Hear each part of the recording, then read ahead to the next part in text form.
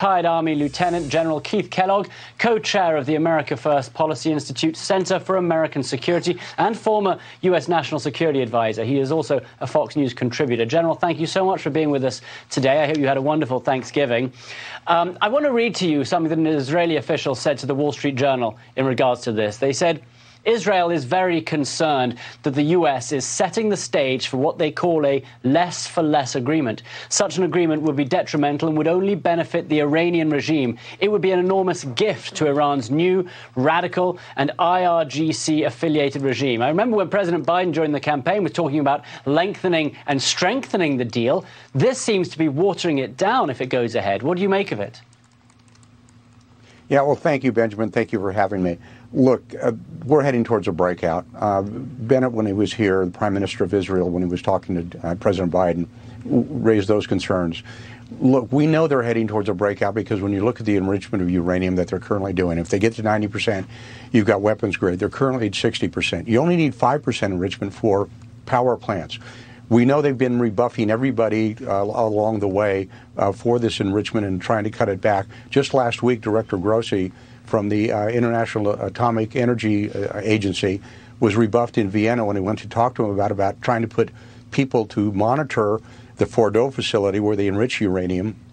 They're just talking, and sooner or later, they're going to get a breakout. I think that's where we're heading to. I don't think we'll do anything with the sanctions. I think it's a losing proposition.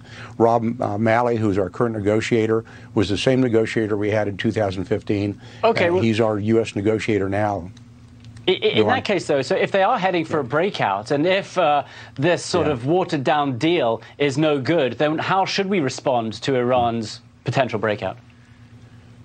Well, I think we made a huge mistake by trying to take off the sanctions or even talking to the Iranians. You know, President Trump saw this. The reason why we did not want to go through and we pulled out of the 2015 deal was because all of the provisions had sunset provisions in it. In other words, they were going to expire anyway. He wanted to make them permanent. And so that's the reason he put the sanctions on them. The only way you make this thing work, if you make those sanctions permanent so they do not have a nuclear program and a program that you can actually inspect. You know, they're not allowing any inspectors from the IAEA into any of the facilities, especially the Fordow facility, which is a hard and buried facility. That's where they're going to enrich the uranium, and that's where they're going to do the breakout. So you would double down perhaps on sanctions, but I want to ask you about a wider issue, relations with Israel. I mean, you heard what the Israeli officials said. They seem to be sliding backwards. President Trump, of course, worked very closely with them, with the chaotic withdrawal from Afghanistan, with this sort of move away from Israel towards Iran in a way. What does that say about the U.S. in the region and its allies there? Well, I think what it really tells you very bluntly is that they don't have a lot of confidence in the U.S. leadership, and I think there's good reasons not to have it.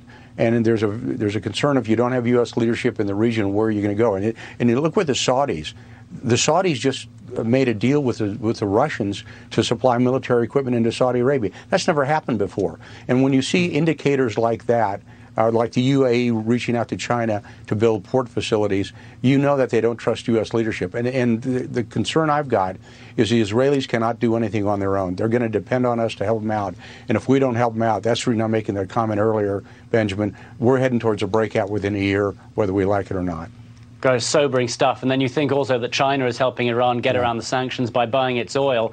It feels like the U.S. needs more presence there than less. General, thank you so much for being with us today. Really appreciate it. Have a nice day. Julie? Thanks, Benjamin. So we've talked